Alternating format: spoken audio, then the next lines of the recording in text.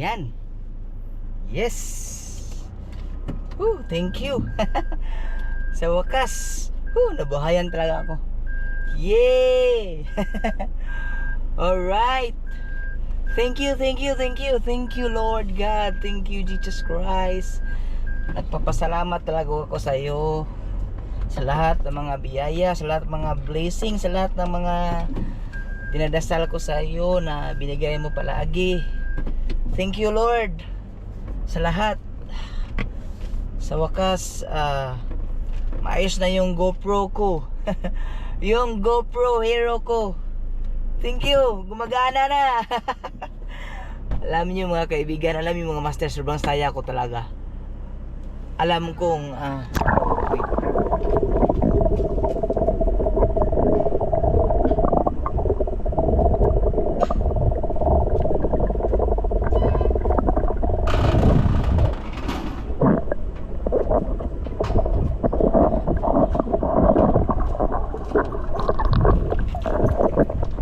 Yan. Alam niyo mga master, mahigit 1 linggo po itong GoPro ko na hindi gumagana. Kasi yung pagpunta namin sa Labason, magtagalog ako mga kaibigan para makaintindi yung mga kaibigan natin na from Luzon, no? Ganito yan kasi. Yung GoPro ko, ginagamit ko dun sa dagat ng Labason. Nilusog ko sa doon, binabad ko siya, at yun ang problema, napasukan siya ng tubig dagat mga master, no? At yun na, hindi na ako nakapag-vlog doon sa Labason talaga. Marami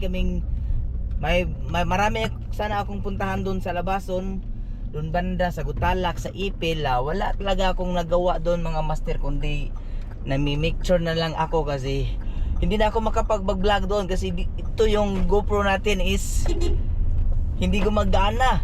Nasira po siya doon sa 1 linggo.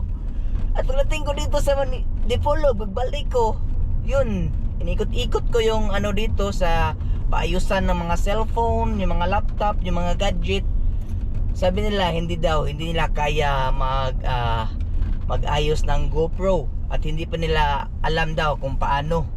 Kaya yan, sobrang lungkot ko talaga kung paano ko ito ayos itong GoPro ko. GoPro Hero 11. Alam niyo naman kung gaano ito ka expensive para sa atin lang, expensive talaga ito para sa akin lang. Expensive ito kasi nag-equivalent po ito ng 26,000 yung pagbili ko dati mga kaibigan, mga master, no? Wala pang 1 taon to siya. At yun na.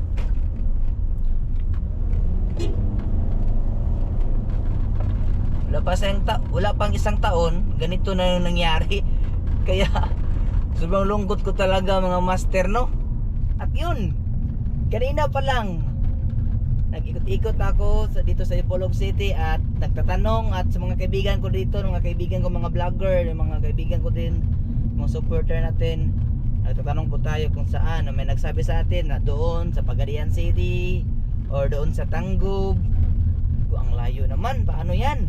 Sabi nila, ibalik doon sa binibilihan ko. Paano yun? Paano ko pa yung mabalik? Nawala yung resibo nito. Iwan ko kung saan ko na-misplace ko talaga yun. Na-misplace ko, nailagay yun. Kaya talagang hindi ko maibalik doon sa nabilihan ko kasi wala na itong warranty kasi walang resibo. At yun, kanina mga master, habang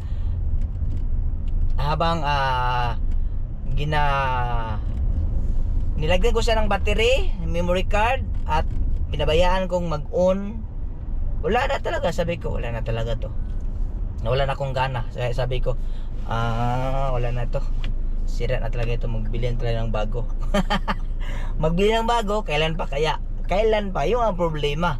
Kailan pa kaya tayo magkabili ng bagong GoPro ng ganito kaganda o ganito ka mahal na GoPro? Ganito ka, alam mo itong GoPro na ito mga master, maganda talaga sa mga vlogging. Grabe ka, stabilize to, wide talaga ito sa mga master. Hero 11 po to siya. Kaya nasayangan po ako. Kaya kanina binabayaan ko lang siya, naka-on yung battery, naka-on yung hindi siya naka-on.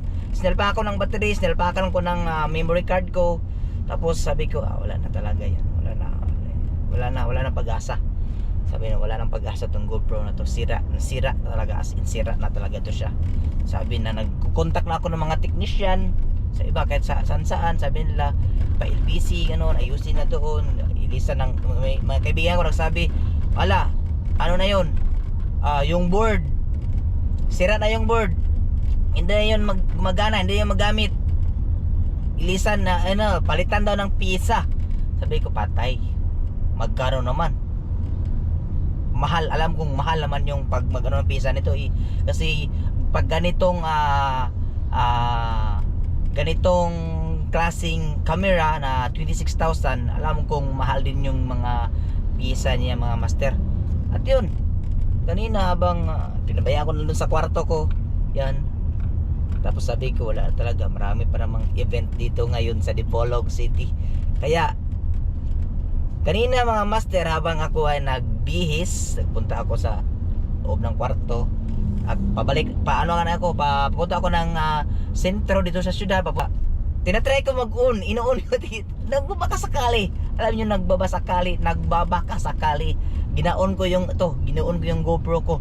At yun, biglang gumagana. Alam niyo naman, kita mo yung dati kanina, naka-rolling lang siya, no? At yun, gumagana. Ito, ginagamit natin. Yes! Thank you! Woo! Dami pa namang nag-ano sa akin na ito bilihin ito, si Kanhan, wala pa kasi kahit ganda, gusto ko sana bilihin yun, pero paano, wala akong pira. Hindi pa tayo, lugi pa tayo dito mga master, no? Yung natin sa pagbablog natin is wala pa tayong insaktong hindi pa tayo nakabawi. Tapos sira na yung GoPro natin. Hindi pa tayo umabot ng 26,000. Hindi pa tayo maabot ng 26,000 na income natin sa pagbablog at sira na. Kaya ngayon, gabing saya ko talaga. Una, nagpapasalamat ako kay Lord, no? Kay binigyan tayo ng tsansa na gumagana yung GoPro natin at makablog tayo ulit. Ayun. Thank you.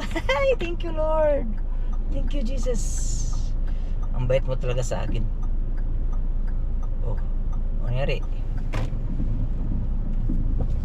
Hulog si Uncle.